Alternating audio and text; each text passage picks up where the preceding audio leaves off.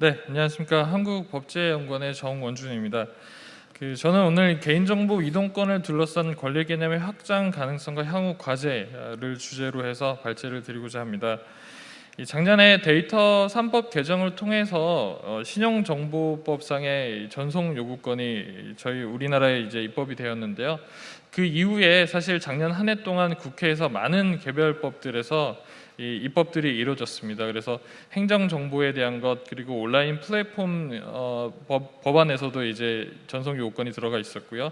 그리고 일반법적인 측면에서의 접근도 현재 데이터 기본 법안에 들어간 바가 있고요. 개인정보 보호법에서도 지금 현재 개인정보 전송 요구권이라는 형태로 들어가 있어서 많은 논의들이 이루어지고 있습니다.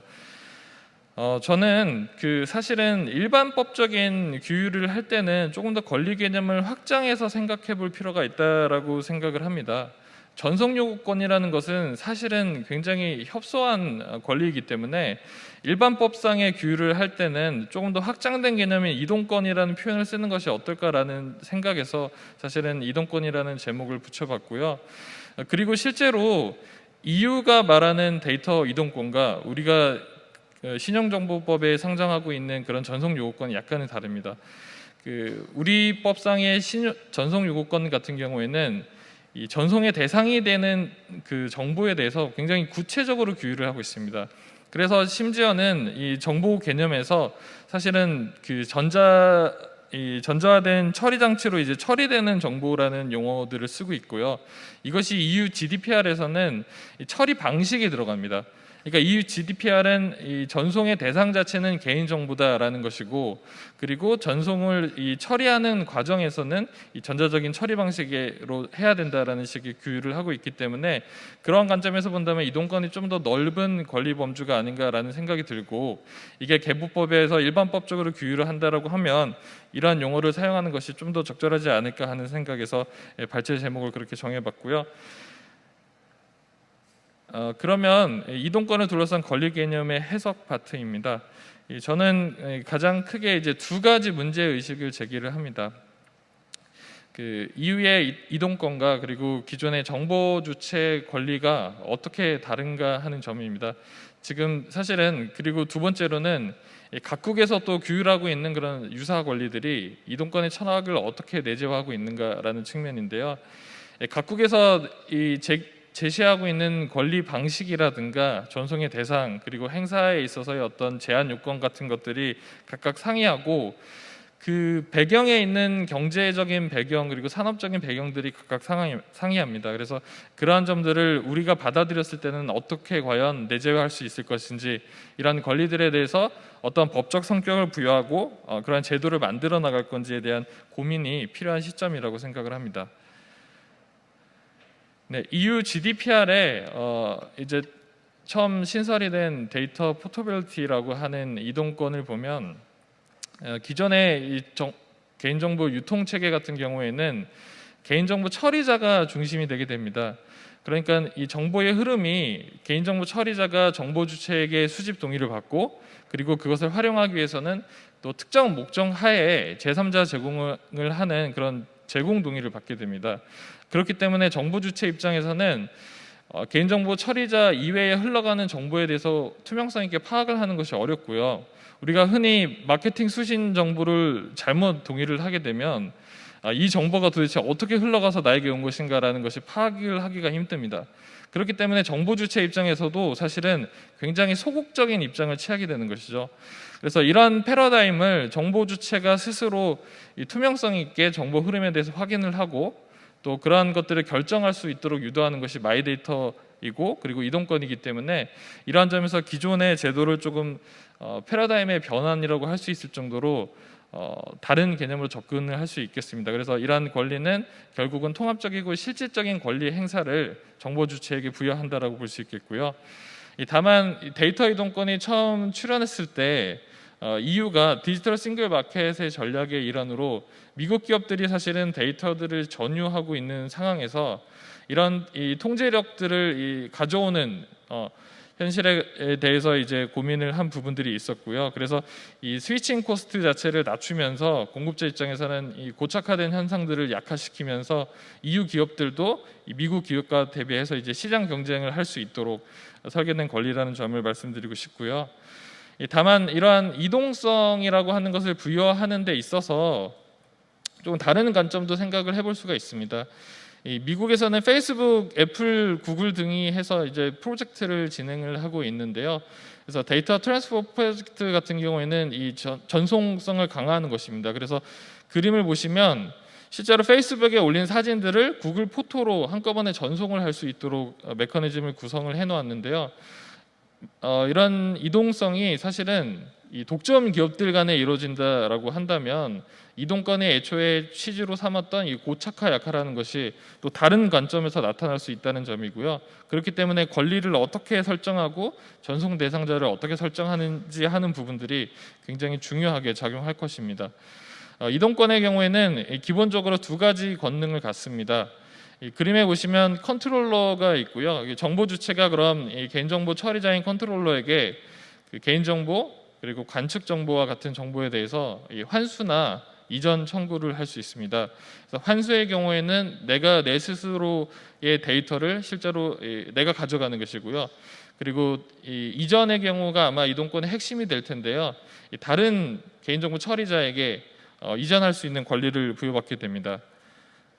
그래서 앞서 이제 정보를 환수하는 부분들은 기존에도 알 권리 측면에서 어떤 열람 공개 청구라든가 이런 것들을 통해 이루어졌는데 이 정보를 이전할 수 있는 권리가 굉장히 새롭게 부각되는 것입니다.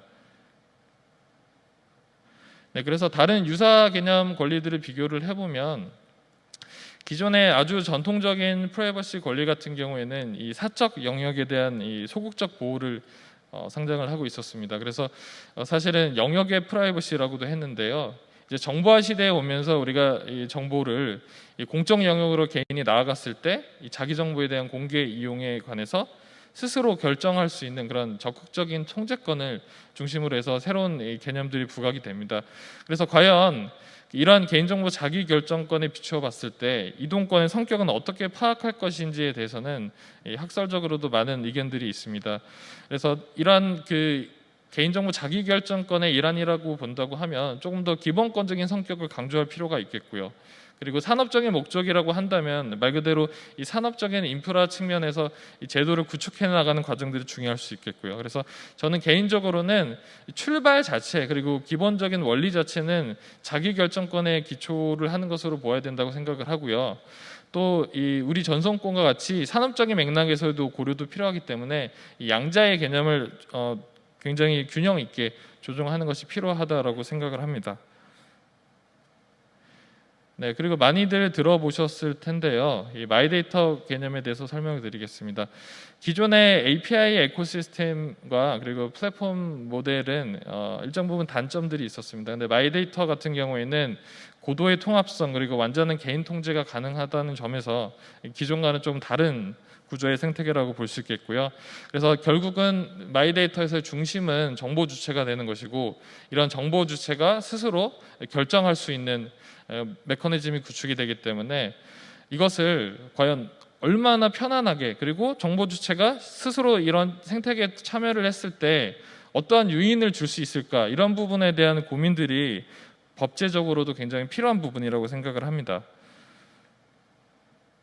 네, 그래서 중요하게 등장하는 것이 퍼스널 데이터 스토어입니다. 그러니까 결국은 기존의 기업들이 플랫폼이 됐던 반면에 나 자신이 이제 개인 관리를 할 수 있는 그런 플랫폼을 구축하는 것이기 때문에 이 PDS가 굉장히 중요하게 등장을 하고요. 실제로 영국에서 이제 공공 클라우드 형태로 처음 도입이 되기 시작한 이 마이덱스 사례를 보면 그림에서 보시는 것처럼 이 개인정보에 대한 PDS가 이제 플랫폼의 중심이 되고요.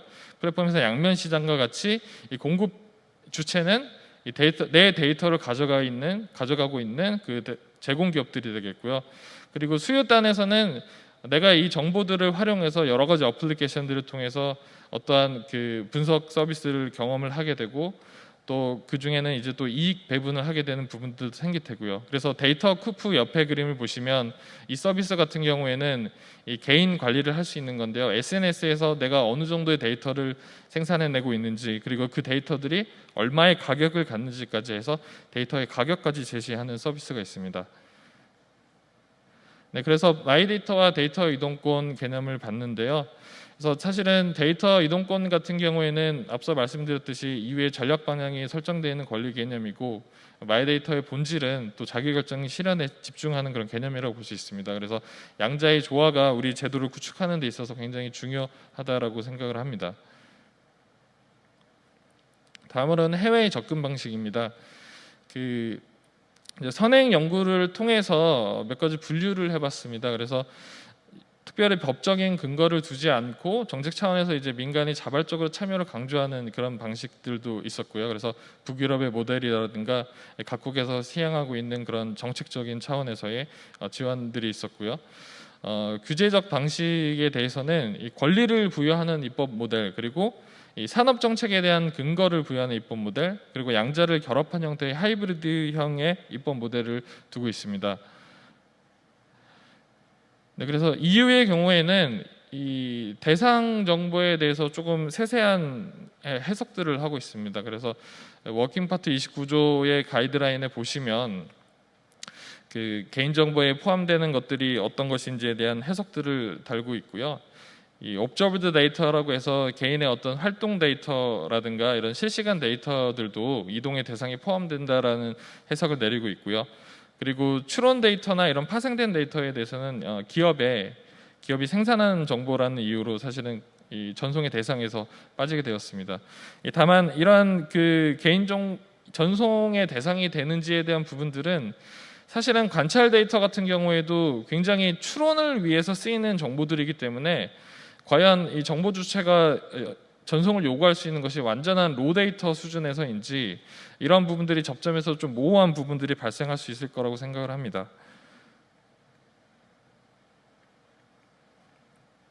네, 그리고 미국의 경우에는 이 기존에 알 권리로서 제한이 됐던 그 공개 요구권이나 접근 요구권들을 조금 확장하는 개념으로 접근을 하고 있습니다. 그래서 특징 중에 하나는 그 횟수를 제한을 하고 있는데요. 12개월 동안 2회까지는 무료로 제공할 수 있도록 하고 있고요. 그리고 이해를 초과하는 경우에는 합리적인 비용을 청구할 수 있도록 하고 있습니다. 그래서 횟수를 제한하는 부분이 조금 특징적이라고 볼 수 있겠고요. 기본적으로 미국은 우리와 같은 전송 요구권의 형태라기보다는 이 스마트 디스클로저 정책의 일환으로서 이 블루 버튼, 그린 버튼과 같이 각 영역에서 다운로드를 할 수 있는 형태로 이 정보들을 제공을 하고 있습니다. 네, 그래서 EU의 그 PSD 모델도 있고요. 일본의 경우에는 조금 다른 접근을 하고 있는데요. 관민 데이터 활용 추진 기본법을 통해서 이 정보 은행에 관한 이 사업의 근거 규정을 두고 있습니다. 그래서 특별히 구체화하지는 않고 있고요. 그래서 정보은행 사업자들을 인증 사업자들을 선정을 해서 유통 생태계를 구축을 하고 있습니다. 그런데 일본이 이렇게 정보은행이라는 것은 이제 신탁을 하는 개념인데요. 정보 주체가 가지고 있는 그 모든 포괄적 권한을 사실은 위임 신탁을 할 수 있는 개념입니다. 이게 가능했던 이유는 일본의 경우에는 앞서 발제에서도 말씀을 주셨지만 그 제3자 제공에 대한 옵트아웃 방식을 인정을 일부 하고 있고요. 그리고 이 포괄적 동의를 허용을 하고 있습니다. 대신에 이제 개인정보보호위원회를 통해서 신고 공표할 의무들을 부과하고 있기 때문에 투명성이 확보가 어느 정도 된 상태에서는 이런 옵트아웃 방식을 강구할 수 있다는 점에서 우리도 좀 시사하는 바가 크다고 생각을 하고요. 최근에 뒤에서 말씀드리겠지만 개보법에서도 이런 비슷한 공표제도와 비슷한 시도를 하고 있는 것 같습니다. 그래서 그건 뒤에서 말씀드리도록 하겠습니다. 네, 그리고 일본이 작년에 개인정보보호법을 개정을 하면서 이 게시방법 지시권이라는 규정을 신설을 했습니다. 게시방법 이 지시권은 이 고액의 비용이 필요하거나 그 해당 방법에 따른 공개가 곤란한 경우에 이 서면 교부 양식을 인정을 하고 있습니다. 이게 아마도 그 앞서 말했던 미국처럼 다운로드를 할 수 있는 형태로 불가능하면 다운로드로라도 제공을 해라라는 취지인 것 같고요. 그리고 일본이 보면은 열람 공개권의 어떤 이 확장된 권리 개념으로서 접근을 하고 있기 때문에 약간은 미국과 비슷한 접근을 보이고 있는 것 같습니다. 그래서 일본의 데이터 이동권이라고 하는 것은 조금 다른 형태로 내재화되어 있는 상태이고요.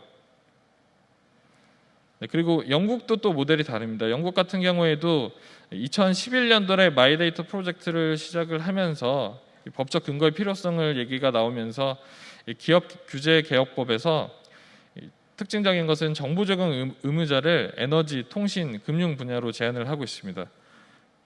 그래서 산업적인 관점에서 영국도 접근을 하고 있고요. 저는 이 호주의 사례를 조금 눈여겨볼 필요가 있다고 생각을 하는데요. 호주는 우리와 비슷하게 금융 분야에서 처음 도입을 시작한 이후에 타 분야로 확장을 해 나가고 있는 상황입니다. 그래서 정부 차원에서도 많은 부처들이 참여를 하면서 노력을 기울이고 있고요. 제가 말씀드리고 싶은 것 중에 하나는 보시면 그 소비자의 어떤 정보 흐름이나 서비스 현황 같은 것들을 파악할 수 있도록 대시보드 형태로 제공을 하는 것을 의무화하고 있습니다. 그래서 사실은 이 투명성을 제고시키는 관점이 마이데이터 생태계에서 굉장히 중요한데 이 조항이 우리도 조금 검토해볼 필요가 있지 않나라는 생각에서 제안을 드려보고요. 그리고 그 호주 같은 경우에는 작년 말에 이제 또 한 차례 개정을 하면서 일본의 이 정보 신탁과 비슷한 지정 대리인 제도를 도입을 하면서 이 지정 대리인 역시 포괄 위임을 통해서 내 권리를 대행해서 행사를 할 수가 있습니다. 그래서 이 경우는 이제 우리 같은 경우는 지금 현재 포괄 동의를 부정하고 있는 부분 때문에 사실 어려운 부분들이 있어서 참고를 할 필요가 있다고 생각이 들고요. 이 각국에서 동의 제도에 대해서 GDPR도 동의와 관련된 별도의 가이드라인을 두고 있고 보시다시피 호주에서도 동의와 관련된 규정들을 굉장히 구체화해서 제시를 하고 있습니다. 그래서 마이데이터의 구현에 있어서 결국은 정보 주체가 판단을 하고 마이데이터 서비스 이용에 대한 동의도 필요할 것이고 또 서비스를 이용할 때 그 개별 서비스에 대한 동의도 필요하기 때문에 이러한 동의 모델을 조금 효과적으로 구축할 수 있도록 하는 노력이 규범적인 접근도 필요하다고 생각을 합니다. 그래서 시사점은 이따 결론에서 같이 함께 말씀을 드리도록 하겠고요. 그다음에 이제 국내의 상황입니다. 네, 국내에서는 현재는 이제 신용정보법의 전속 요구권이 들어와 있는데요. 이 본인 신용정보관리업은 마이데이터 우리가 흔히 말하는 마이데이터 사업자이고 이 허가 요건들을 부여를 하고 있습니다. 그리고 허가를 받은 사업자는 이 고유 업무 그리고 겸용 부수 업무들을 수행을 해야 되고요. 그리고 이러한 업무들을 수행하는 데 있어서 이해상충 방지를 하기 위한 내부 관리 규정을 마련하도록 두고 있습니다. 또 한 가지 특징은 이 스크린 스크래핑 방식을 금지를 하고 있는데요. 이게 금융 분야는 사실은 그동안에 정보 통합 같은 것들이 이루어졌고 그리고 사실은 이 금융기관들은 이미 전산화가 잘 돼 있고 또 보안 처리가 잘 돼 있기 때문에 이러한 표준 API를 구축을 하는 데 있어서 큰 어려움이 없을 수 있지만 이것을 만약에 타 분야로 확장해 나간다고 하면 반드시 표준 API를 의무화해야 되는가라는 측면에 생각을 해볼 수 있을 것 같습니다. 그리고 다음으로는 이제 수수료에 대한 부분도 굉장히 중요할 텐데요. 이게 또 금융 분야가 사실은 다를 수 있겠습니다. 다른 분야에서는 이 전송의 횟수가 굉장히 장기적으로 일어날 수도 있고 또 이러한 비용들이 특정 이제 중소기업들이나 스타트업 기업들한테는 굉장히 부담이 될 수 있기 때문에 이러한 비용에 대한 부분들 그리고 또 사실은 비용이 수수료가 많이 붙게 되면 정보 주체가 그 자체 때문에 사실은 얻는 이익보다 수수료가 커지는 상황이 있을 수 있기 때문에 이 부분에 대한 부분도 사실은 아주 정치한 논의가 필요하다고 생각을 합니다. 그리고 마지막으로 그 정보 주체의 통지와 관련된 부분은 지금 현재 연 1회 이상이라고 되어 있는데 앞서 그 호주의 사례에서 보는 것처럼 이 대시보드 형태로 투명성을 제공하는 형태가 된다라고 하면 기존에 이제 제공하던 이제 통지의 절차는 생략을 해도 되지 않을까라는 생각을 가지고 있어서 그 부분도 한번 제안을 드려봅니다. 네, 그리고 현재 이제 법안들이 많이 발의가 됐던 상황들이고요. 기본법에서는 이제 이동권이라는 표현을 썼었습니다. 그리고 현재 2차 개정안에 입법 예고된 안에서 전송 요구권을 두고 있었고요.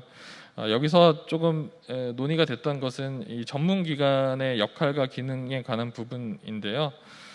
이 개보위가 이제 전문기관에 전송을 할 수 있도록 그 요청을 하고 있기 때문에 이게 사실은 개념적으로 보면 일종의 마이데이터 사업자를 지정하는 것인가라는 측면의 얘기들이 있어서 이런 전문기관들이 실제로 그러면 어떠한 요건 하에 어떻게 관리가 되고 어떠한 업무들을 수행할 수 있는지, 이 신용정보법 같은 경우에는 이 구체적인 업무들을 열거를 하고 있기 때문에 이 부분에 대한 부분들이 앞으로 논의가 될 필요가 있다라고 생각을 하고요.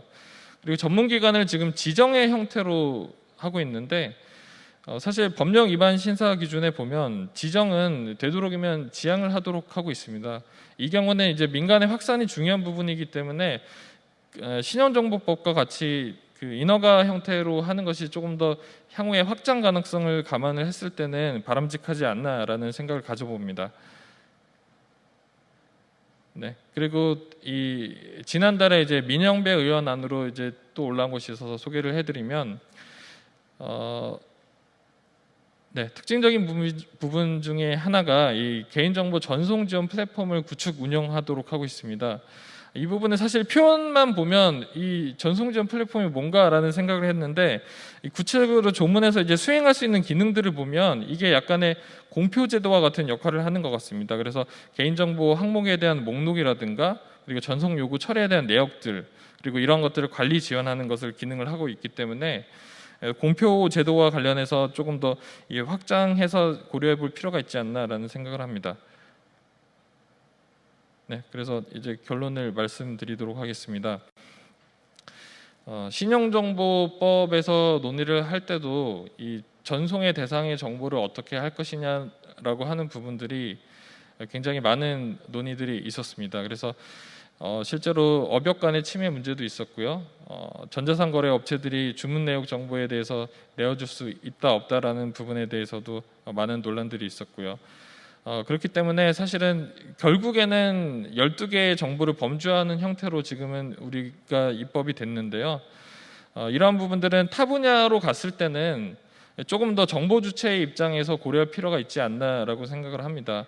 지금 신형 정보 중에서 이제 적요 부분이 빠지게 됐는데 이렇게 되면은 정보 주체가 실제로 서비스를 이용했을 때 아주 개인화된 서비스를 제공받기가 어렵기 때문에 그러한 부분들은 실제로 타 분야에서는 좀 고려가 되어야 되지 않을까라는 생각을 가지고 있고요. 그리고 현재 신용정보법에서는 마이데이터 허가 요건에 대해서 굉장히 엄격하게 규율을 하고 있는데 이 부분도 조금씩 완화하는 그런 접근이 필요하지 않을까라고 생각을 합니다. 그리고 인프라 차원에서는 아마 본인 인증 절차와 관련된 논란들이 최근에 있었는데 이 부분은 아마 정부에서 적극적으로 해결을 하는 것으로 알고 있습니다. 네, 그리고 아마 이 전송 방식의 제한 이 부분이 굉장히 중요할 것 같습니다. 이 금융 같은 경우는 특정 정보들이 나열할 수 있는 정보들이 있는 상태지만 이걸 타 분야로 갔을 때는 굉장히 다양한 데이터가 있고 각 기업들이 수집하는 데이터의 유형과 성격들이 다 다릅니다. 근데 이것을 플랫폼으로 모았을 때 활용하기 위해서는 이런 표준에 대한 문제 그리고 API에 대한 문제 이런 것들이 중요하게 논의가 될 필요가 있다고 생각을 합니다. 그리고 끝으로는 마이데이터는 결국은 이 정보 주체가 핵심이 되는 것이기 때문에 이런 정보 주체의 관점에서 여러 가지 제도들이 고안이 돼야 된다고 생각을 하고요. 그래서 동의를 하는 방식 그리고 그에 대한 안내 그리고 앞서 호주 사례에서 보았듯이 이 대시보드 형태로 좀 투명성을 강조하는 방법 같은 것들이 규범적으로 그리고 입법적으로도 조금 반영이 될 필요가 있지 않나라는 생각을 가져보면서 오늘 발표를 마치도록 하겠습니다. 감사합니다. 토론자분으로는 뱅크샐러드 이정훈 변호사님, 고려대학교 융합연구원 임태훈 연구교수님, 4차 산업혁명위원회 배일권 데이터 계획관님께서 참여해 주실 예정입니다. 안녕하십니까. 뱅크샐러드에서 법무팀 업무를 맡고 있는 이정훈 변호사입니다. 우선 발제자분께서 마이데이터와 관련된 국내외 입법 사례라든가 다양한 쟁점들에 대해서 짚어주셔서 저 역시도 마이데이터 관련된 업무를 하고 있습니다만 참 오늘 많은 부분들 배우고 생각할 수 있게 됐던 기회였던 것 같습니다. 지금 제가 속해 있는 회사가 결국 마이데이터 관련된 비즈니스를 하고 있기 때문에 조금은 이제 산업적인 측면에서 사업자 관점에서 고민하고 있는 부분들 좀 말씀을 좀 드릴 수 있지 않을까 생각이 됩니다. 발제자분께서 마이데이터 제도 자체가 법제화되는 과정들에 있어서 여러 나라들의 좀 사례를 말씀해 주셨는데, 이 부분 관련해 가지고 마이데이터와 관련된 법 제도는 과연 어떤 내용의 그런 법 내용들을 가지고 있어야지 좋을 것인가, 이런 부분들을 한번 생각해 보았습니다. 아시다시피 저희가 이제 2020년 8월에 시행된 신용정보법에는 개인신용정보의 전송 요구권과 본인 신용정보 관리업이라는 두 개념이 도입이 됐습니다. 그래서 저희가 흔히 이제 마이데이터에 관련된 법 제도가 한국에 도입이 되었다, 이제 이렇게 얘기를 하고 있고요. 다른 분야 그리고 이제 개인정보법 같은 일반법에서도 이 전송 요구권과 관련된 규정들 그리고 마이데이터 관련된 법 규제들을 도입하기 위한 논의들이 활발히 진행되고 있는 것으로 알고 있습니다. 이런 법제도 관련된 논의들 중에서 최근에 이제 많이들 논의가 되고 있는 사항들을 한 4가지 정도 나눠서 한번 생각해 볼 필요가 있을 것 같습니다. 첫 번째는 이런 마이데이터 법 제도를 고안하고 구상할 때 전송 요구권이라는 개인의 권리, 그리고 본인 신용정보 관리업, 소위 마이데이터 사업자라고 하는 사업자 개념들을 법에 규율할 필요가 있느냐라는 부분에 대해서 많은 논의들이 있는 것 같습니다. 개인적인 생각으로는 사실 전송 요구권이라는 개인의 권리 없이도 개인의 흩어져 있는 정보들을 통합해서 조회하고 열람하고 그걸 또 활용할 수 있는 산업적인 그런 구조들이 만들어졌던 나라들이 많이 있고, 그래서 꼭 전송 요구권이라는 법적 개념이 마이데이터가 표방하는 환경이라든가 사회에 꼭 필수적인 것은 아니겠습니다만은, 다만 이제 저희가 많은 경우에 경험했듯이 정보 주체의 권리로서 하나의 전송 요구권이 행사된다라고 하면 사실 이제 그와 관련된 많은 관여자들, 이해 관계자들의 이해를 쉽게 좀 조정할 수 있는 부분들이 생기고 보다 효과적으로 이 제도들을 설계해 나가고 인프라를 만들어 나갈 수 있는 장점이 있기 때문에 이 전송 요구권이라는 부분들은 꼭 법제화되는 부분들이 마이데이터 환경에 있어서 필요한 부분이 아닐까 개인적으로 생각을 하고요. 두 번째로 사업자 개념 역시 사실 이 사업자 개념을 꼭 두지 않더라도 전송 요구권에 기반해서 데이터들이 자유롭게 유통될 수 있는 환경들을 충분히 구성해 나갈 수 있겠습니다만은, 그래서 발제자분께서 말씀 주셨던 것처럼 어떤 일본의 정보 은행과 같은 형태, 또는 또 저희가 논의하고 있는 여러 가지 중에서 정보 주체의 요청에 따라서 다운로드권 이런 걸 통해서 정보를 보관할 수 있는 PDS, 이런 핵심적인 기능들을 사실은 사업자로서 마이데이터 사업자가 이렇게 수행할 수 있다라는 부분들 생각해 보면 그런 기능들을 통해서 마이데이터의 환경 이런 부분들을 좀 더 원활하게 구축해낼 수 있겠다라는 생각들을 할 수 있었습니다. 두 번째 논의는 이런 마이데이터 관련된 법제도를 개인정보보호법 같은 일반 법제에 두는 게 맞는 것인지, 아니면 각각의 산업들의 특성을 고려해서 개별법에 두는 게 맞는 것인지에 대한 논란도 있는 것 같습니다.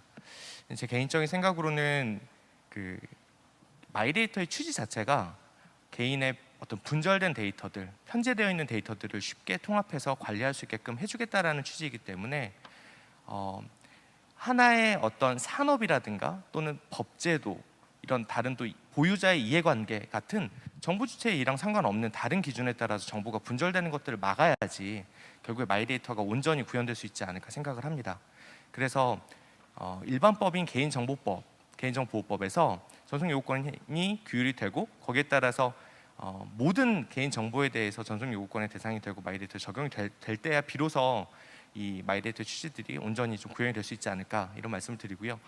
이것을 생각하게 됐던 이제 가장 대표적인 이제 어떤 분쟁 사례라고 얘기해야 될까요? 그런 부분이 이제 아까 발제자분 말씀하셨던 상품 정보에 관련된 부분이었습니다.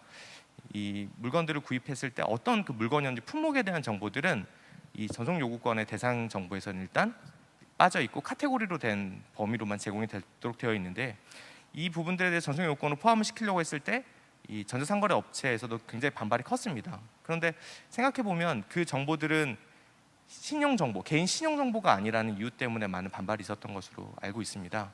그런데 개인 입장에서 봤을 때는 그 역시 저의 정보이고 제가 필요로 하는 정보일 수 있는데, 어떤 규율되는 법이 달라서 또는 산업이 달라서 전송 요구권이 또는 전송 요구의 대상이 되는 정보가 분절되는 상황들은 좀 마이데이터 환경에는 부합되지 않는 부분이 아닐까, 이렇게 생각을 해봤고요.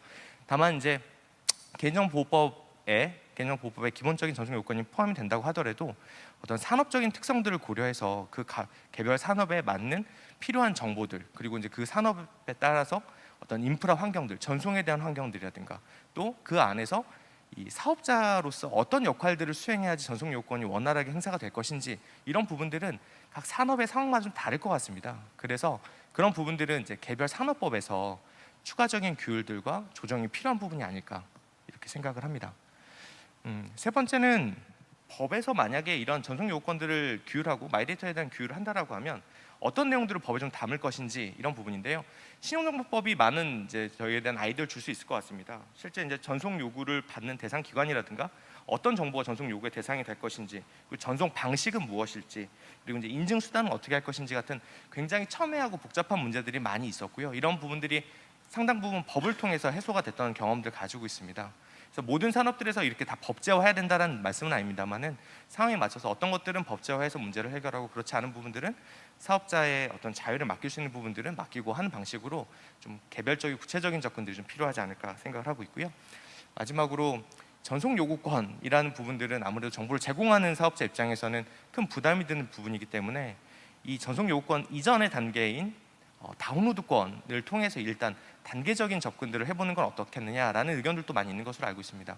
물론 마이데이터라는 환경 자체를 저희가 추구하는 데 있어서 뭐 다운로드권으로는 안 된다, 뭐 전송 요건만 된다, 이렇게 할 수는 없습니다만은 정보 주체 관점에서 봤을 때는 내가 데이터를 받아서 또 누군가에게 전송을 해야 되는 번거로움과 내가 원하는 곳에 바로 데이터가 전송되는 전송 요건의 편리함은 분명히 큰 차이가 있을 것 같습니다. 그리고 정보를 제공하는 어떤 정보 보유자 입장에서도 정보 항목이 정해져 있고 그것을 다운로드 시켜주는 거나 전송하는 게 어떤 일정한 규격이 정해져 있다라고 하면 둘 사이에 어떤 큰 비용의 차이라든가 부담의 차이가 있지는 않을 것으로 생각이 돼서 저는 가능하면 전송 요건들이 좀 도입이 되는 방식이 맞지 않느냐 이렇게 생각을 하고 있습니다.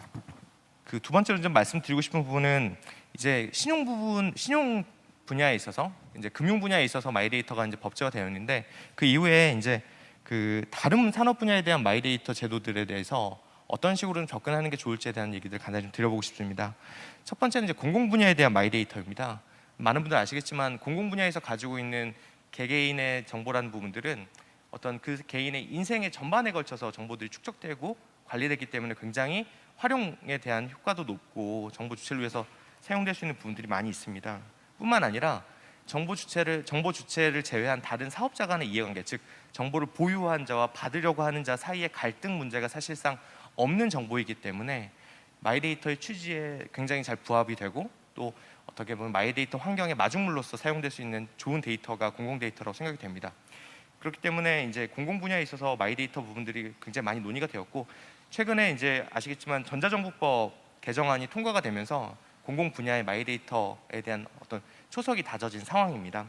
다만 이 마이데이터, 공공 분야의 마이데이터에 있어서는 그 기존의 어떤 공공 분야에서 데이터를 관리하던 행정정보 관리 체계라든가 또는 공동이용 시스템 같은 부분들이 적극적인 활용보다는 다소 이제 보호나 안정적인 부분들을 고려해서 만들어졌던 부분이다 보니까 기술적인 관점에서 또는 관리적인 관점에서 적극적인 활용을 하는 부분들은 앞으로 좀 더 많은 노력들이 좀 필요하지 않을까 생각이 됩니다.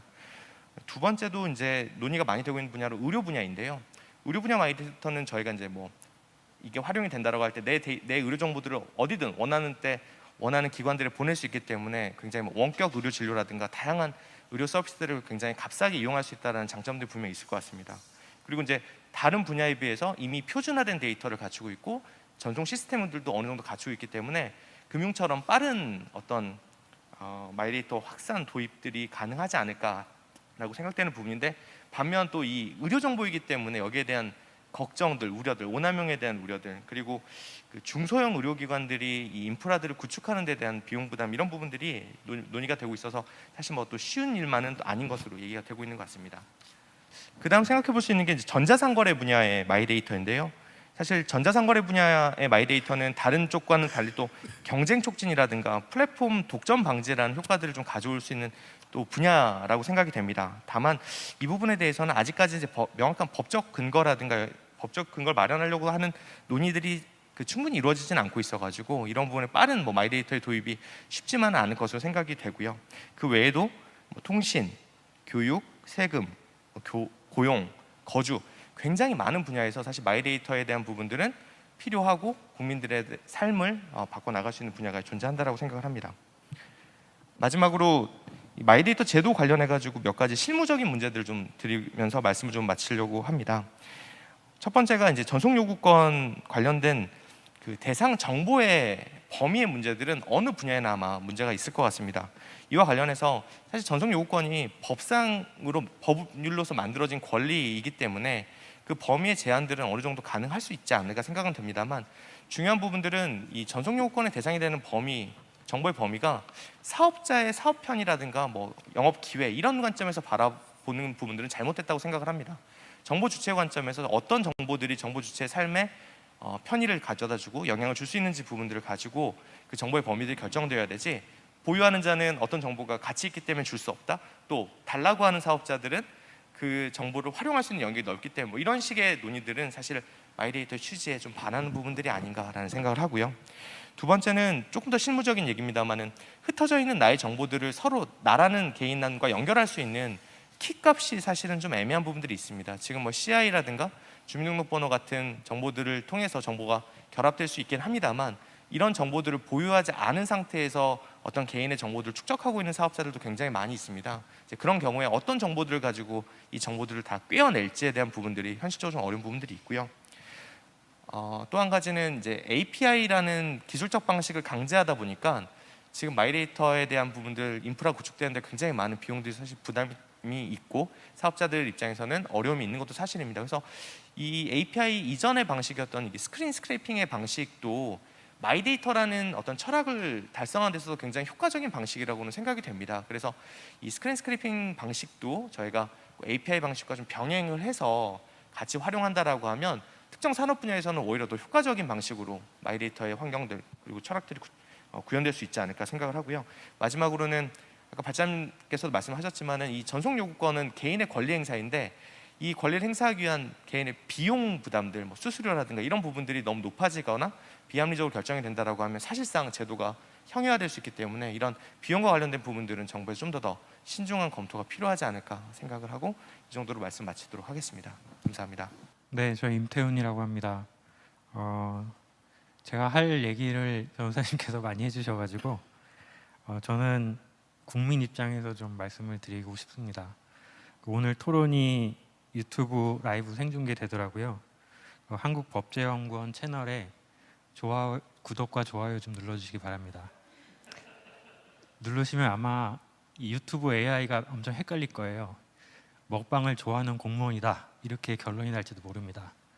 유튜브에 들어가시면 제가 시청한 이력들이 있거든요. 그거를 이제 넷플릭스에 넘길 수도 있습니다. 넷플릭스에서 얼마를 줄 테니 엑셀 파일로 다운로드 받아서 나한테 달라 이렇게 하겠죠. 그럼 이제 넷플릭스에 제가 로그인했을 때 어떤 동영상을 이렇게 추천을 해줄 겁니다. 이게 이제 이동권이죠. 그런데 뭐 앞서 나온 내용입니다만, 이 마이데이터 사상을 보면은 이 앞에 그림 보이시는지 모르겠는데, 분야에 상관없이 이걸 애플리케이션이나 서비스나 기관에 줄 수 있는 주체가 저 동그라미 되어 있는 부분입니다. 오렌지색으로 되어 있는 부분. 이게 금융위는 아닙니다. 예, 정보 주체예요. 근데 정보 주체가 결정을 해서 어떤 데이터를 줄지, 좋아요 누른 것만 주면 되는지, 구독 누른 리스트만 주면 되는지 결정할 수가 있습니다. 그런데 금융위와 인권위가 싸워요. 이거는 된다, 이건 안 된다.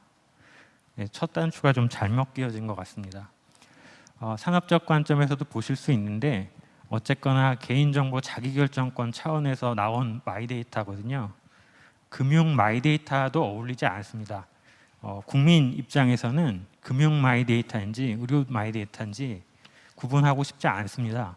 그리고 신용정보법에 또 금융 마이데이터가 들어가 있잖아요. 금융인지 신용인지도 헷갈려요.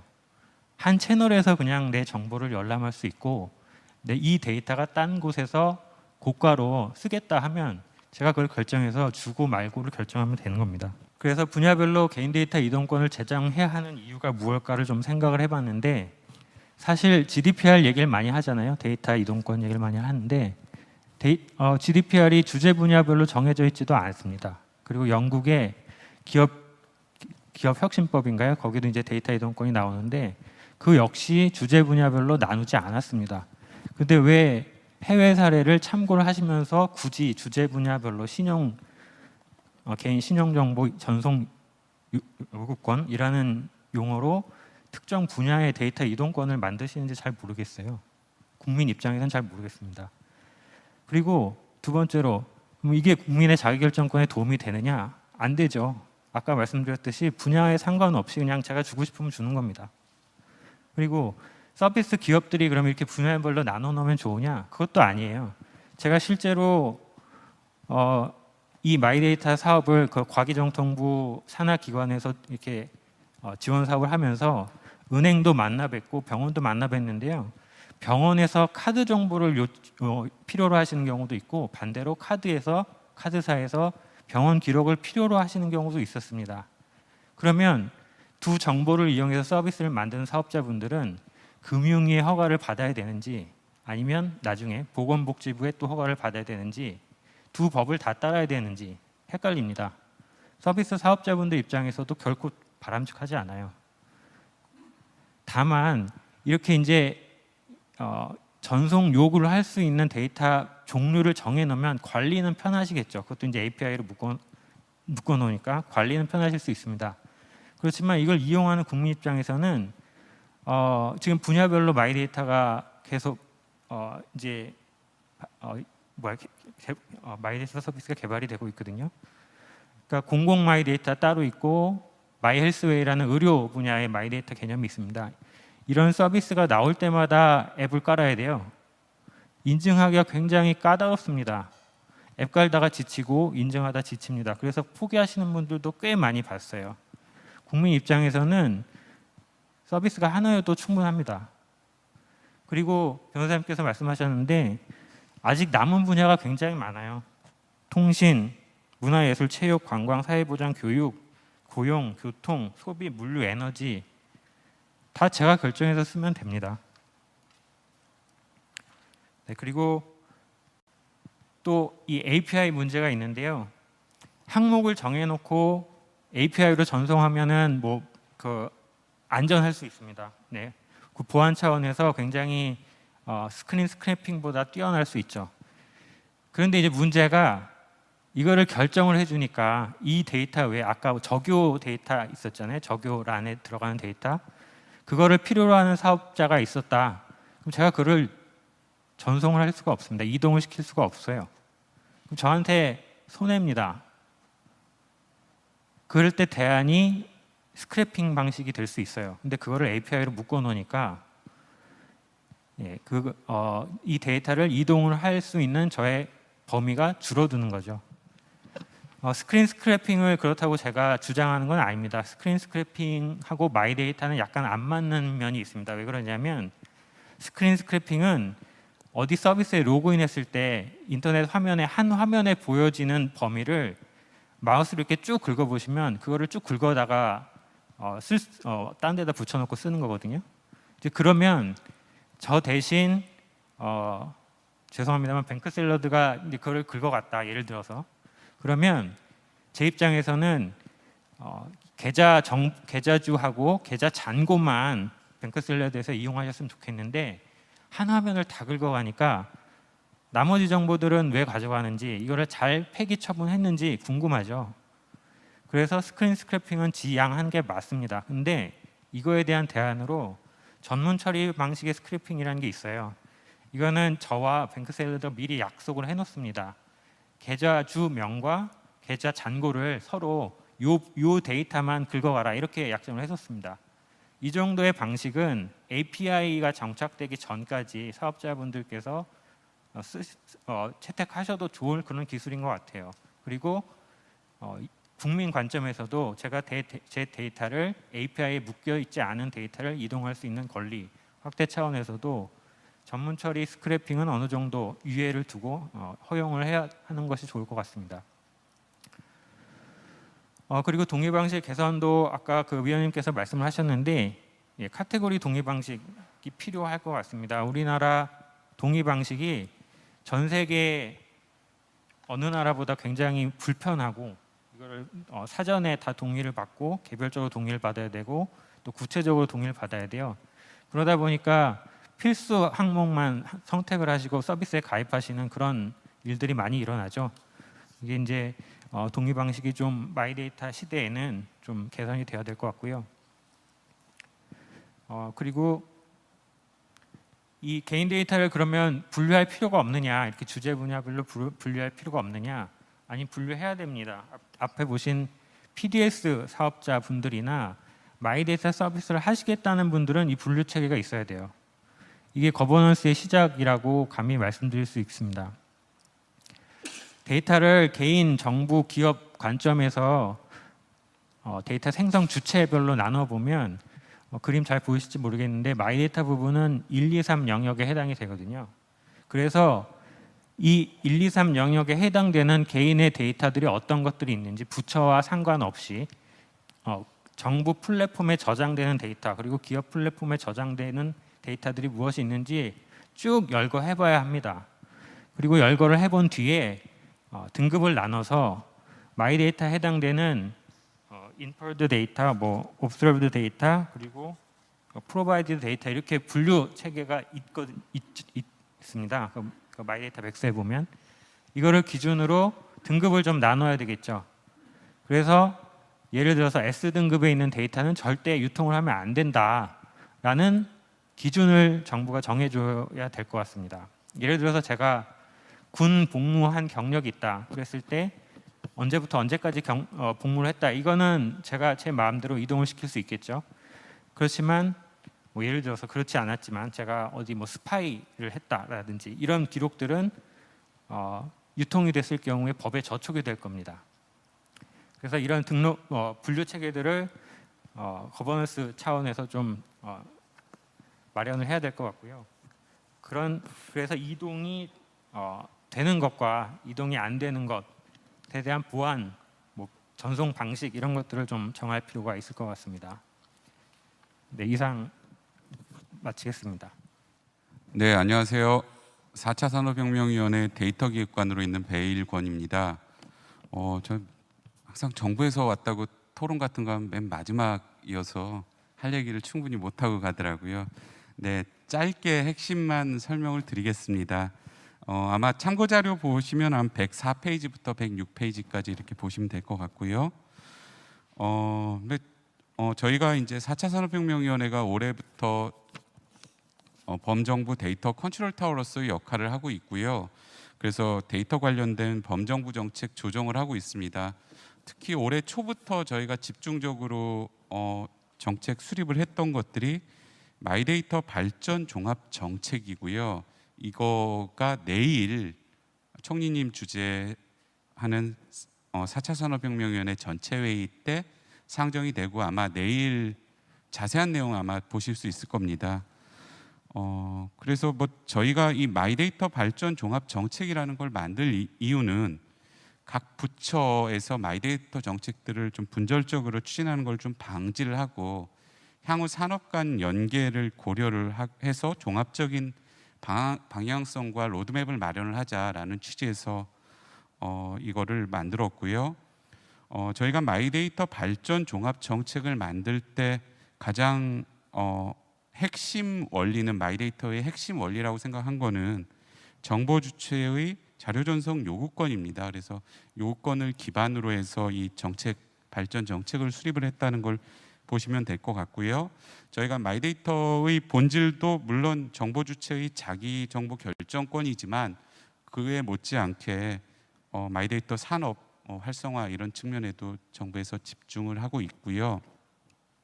106페이지 그림을 한번 보시면 정부에서 지향하고 있는 마이데이터 발전 정책 단계를 어떻게 수립을 하고 있는지 아마 보실 수 있을 겁니다. 그래서 저희가 0단계부터 4단계까지로 구별을 하고 있습니다. 그래서 0단계는 그냥 단순히 홈페이지나 이런 데서 열람하는 수준이라고 하면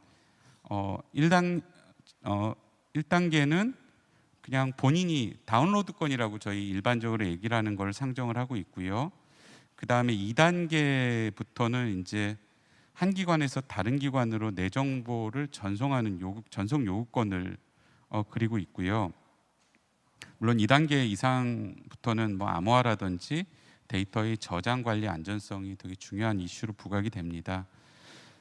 그래서 이제 저희가 그리는 단계는 2단계까지가 아니라 3단계, 4단계까지를 그리고 있습니다. 그래서 3단계는 전송 요구를 통해서 내 데이터를 좀 한 곳에 모은 후에 이를 기반으로 맞춤형 서비스를 제공을 하는. 근데 이제 어떤 처음에 뭐 보건의료면 보건의료, 뭐 금융이면 금융, 그러니까 그 산업 내의 이런 활용을 3단계로 생각을 하고 있고요. 이런 산업 내 이용이 활성화가 되면 이거를 전 분야로 확산을 해서 모든 분야에서 내 데이터를 안전하고 편리하게 활용할 수 있는 이 4단계를 큰 방향으로 그리고 있습니다. 이에 맞춰서 정부가 올해 중점적으로 추진하는 것들은 법적인 인프라를 구축을 하는 그런 겁니다.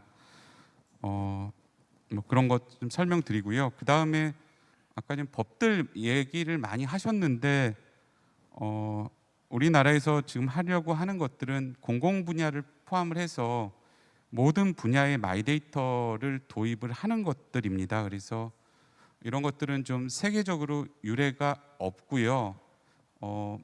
많이 얘기하시는 EU GDPR이랑도 좀 다른 방식으로 나가고 있습니다. 뭐 예를 들어서 EU GDPR 같은 경우에는 68조에 따라서 공공 분야의 마이데이터는 배제를 하고 있는데 저희는 이제 공공 분야의 마이데이터도 도입을 이제 추진을 하고 있고요. 뭐 여러 가지 다른 분야들에서 좀 차이점이 많이 있을 것 같고요. 그래서 좀 세계적으로도 유례가 없는 거라고 말씀을 드리고 싶습니다. 다음 마이데이터 관련된 법률 추진 경과 간단하게 설명을 드리면 신용정보법은 이제 올해 2월부터 시행된 건 아실 것 같고요. 여기에도 주요 내용이 뭐 개인 신용정보 전송 요구권, 뭐 그다음에 금융 분야 마이데이터 산업 신설, 뭐 허가제 도입, 뭐 이런 것들이 있고요. 아까 전에 그 정원준 박사님 얘기하신데 데이터 기본법에는 규정을 하지 않는 걸로 정부에서 그 의견 일치를 봐서 뒤에 말씀드릴 개인정보보호법으로 일원화를 할 예정입니다. 그 다음에 공공 분야는 좀 특이한 특수성이 있기 때문에 전자정부법, 그 다음에 민원처리법에 따라서 마이데이터를 규정을 하려고 하고요. 그 다음에 관련 법은 전자정부법 같은 경우에는 올해 이제 통과가 됐고 민원처리법은 작년에 통과가 됐습니다. 그래서 올해 뭐 10월, 12월부터 이제 바로 시행이 될 예정이고요. 전자정부법 내용도 보시면 제3자 제공 요구권을 포함을 하고 있습니다. 그 다음에 뭐 정보 종류나 뭐 이런 것들은 아마 제가 써놓은 거 보시면 될 것 같고요. 그다음에 개인정보보호법은 이제 저희가 일반법으로서 생각을 하고 있고요. 그래서 여기도 개인정보 전송 요구권이라든지 개인정보 관리 전문기관 뭐 지정 내용이 있습니다. 지금 이제 거의 다 법제처 심사 끝나서 6월 안에 차관회의 국무회의 올라가서 아마 국회에 제출 예정입니다. 입법 예고 후에 조금 바뀐 내용들만 간단하게 좀 설명을 드리겠습니다. 전송 의무자의 기준에서 당초 입법 예고안에는 정보 주체의 그 안에서는 매출액이라든지 개인정보의 규모만 예시를 했다면 개인정보 처리 능력이라든지 산업별 특성이 좀 추가가 됐고요. 그다음에 전송 대상 정보 범위에도 별도 생성 가공 정보는 제외하도록 명시를 하고 있습니다. 또한 개인정보관리 전문기관 지정 취소 근거도 마련이 돼서 이런 부분들은 당초 입법 예고한 것들이랑 좀 다른 부분이고요. 뭐 나머지 부분들은 같다고 보시면 될 것 같습니다. 그 다음 페이지 105페이지 보시면 저희가 지향하는 아마 내일 더 자세한 내용은 보실 수 있을 텐데 범정부 마이데이터 발전 종합 정책 추진 방향에 대해서 좀 간단하게 설명을 드리겠습니다. 개인정보보호법으로 법제도 기반 일원화하려고 하고 있고요. 다만 특수성이 인정되거나 미리 법이 통과된 신용정보법이나 전자정보법은 뭐 존치를 하지만 그 나머지 뭐 의료라든지 뭐 다른 분야의 뭐 교육, 뭐 의료 뭐 이런 부분들이 만약에 한다고 하면 개인정보보호법에 근거를 두고 규정을 하려고 합니다. 그래서 그 시행령이라든지 고시로 구체적으로 규율을 할 예정이고요. 그 다음에 개인정보보호위와 각 부처가 협력하는 좀 마이데이터 거버넌스 확립을 좀 하려고 해서 어떤 하위 규정을 제정을 한다든지 표준화 문제들 좀 조기에 좀 대응을 하려고 합니다. 그다음에 마이데이터 산업 생태계 활성화 측면에서는 개인정보 자기 결정권 제고 및 데이터 주권 확립 측면에서 여러 가지를 개선하고 반영을 하려고 합니다. 그래서 뭐 알고 하는 동의라든지 전송 지시 요구 이외에 철회라든지 삭제 요구권 보장 뭐 이런 거 검토를 하고 있고요. 그다음에 이제 정보 주체가 본인의 정보의 이용 관리 실태를 좀 한눈에 볼 수 있게 통합 포털을 구축한다든지 이런 것들을 계획을 하고 있습니다. 정보 제공자 입장에서는 정보 주체의 요청에 따라서 데이터가 좀 자유롭게 이전될 수 있도록 데이터 제공 범위를 좀 광범위하게 설정을 하려고 합니다. 근데 다만 대형 정보 제공자부터 해서 소형 정보 제공자까지 좀 단계적으로 하려고 하고 있고요. 그다음에 정보 제공자의 참여를 유도할 수 있는 인센티브 제공이 중요하다고 생각을 해서 이런 것들도 같이 설계해 나갈 예정입니다. 그다음에 정보 수신자 사업자들인 거죠. 그래서 진입 규제 좀 최소화에 중점을 많이 두고 있고요. 가급적이면 좀 낮은 수준으로 좀 합리적으로 설계를 하려고 합니다. 분야별 특성을 좀 반영을 해서 시행령에서는 필요 최소한의 요건을 정하고 세부 기준은 아마 고시로 반영을 하는 형태가 되지 않을까 싶습니다. 또한 정보 수신자에 대해서 좀 촘촘한 사후 관리 의무를 부과를 해서 정보 보호라든지 보안 우려도 좀 해소하려고 노력을 하고 있습니다. 그다음에 요거는 이제 뭐 구체적인 안은 아니지만 분야별 라이센스 방식에서 약식 심사라든지 복수 라이센스 단일 창구 제공 등 좀 마이데이터 시장 진입의 어떤 편의성 제고를 하는 내용들도 그 발전 종합 정책에 포함하고 있습니다. 그다음에 이제 공공 쪽은 공익적 필요성이 큰 분야 인프라 제공 등에 좀 집중하도록 이렇게 하고 있습니다. 그래서 범정부적으로 올해는 법제도 기반을 마련을 하고 그다음에 뭐 금융이라든지 공공 쪽에 어떤 사업이 개시가 되는 그런 의미가 있을 것 같고요. 내년도나 내후년은 이제 모든 분야의 어떤 마이데이터 준비를 완료하고 분야별 활성화하는 그런 단계. 그 다음에 2024년 이후에는 데이터의 어떤 상호 연계 공유라든지 광범위한 활용에 좀 중점을 두고 정부 정책을 추진해 나갈 예정입니다. 네, 감사합니다. 네, 배일권 계획관님 말씀 감사합니다. 마이데이터 발전 종합 정책이 내일 발표된다 그러니까 저희 행사를 좀 시점을 잘 잡은 것 같습니다. 알려주셔서 감사드리고요. 그러면 토론자분들의 이 토론 말씀에 대해서 발제해주신 우리 정원준 부연구위원님께서 답변해 주시기 바랍니다. 사실은 발제보다도 더 좋은 토론을 해주셔가지고 너무 감사드리고요. 이 제도가 사실 이 국장님께서도 말씀을 하셨지만 이 전 세계에서 유례 없는 형태로 진행이 되고 있는 것 같습니다. 그래서 이 마이데이터 생태계를 통해서 향후에 창출될 수 있는 그런 여러 가지 비즈니스들 그리고 산업적인 발전 가능성에 대해서 굉장히 긍정적으로 내다보고 있고요. 이러한 과정에서 이 법에 대한 부분들 그리고 규범적으로 확립을 해 나가야 되는 부분들에 대해서도 조금씩 같이 검토가 필요하지 않나라는 생각을 해봅니다. 오늘 주신 말씀 많이 반영해서 또 추후의 연구에 대해서도 반영하도록 하겠습니다. 감사합니다. 네, 답변 감사드립니다. 이것으로 제8차 규제혁신 법제 포럼을 모두 마치겠습니다. 긴 시간 함께해 주신 모든 분들께 감사의 말씀을 드립니다. 그럼 7월에 있을 제9차 규제혁신 포럼에서 다시 뵙도록 하겠습니다. 지금까지 사회의 한국법제연구원 박종준이었습니다. 감사합니다.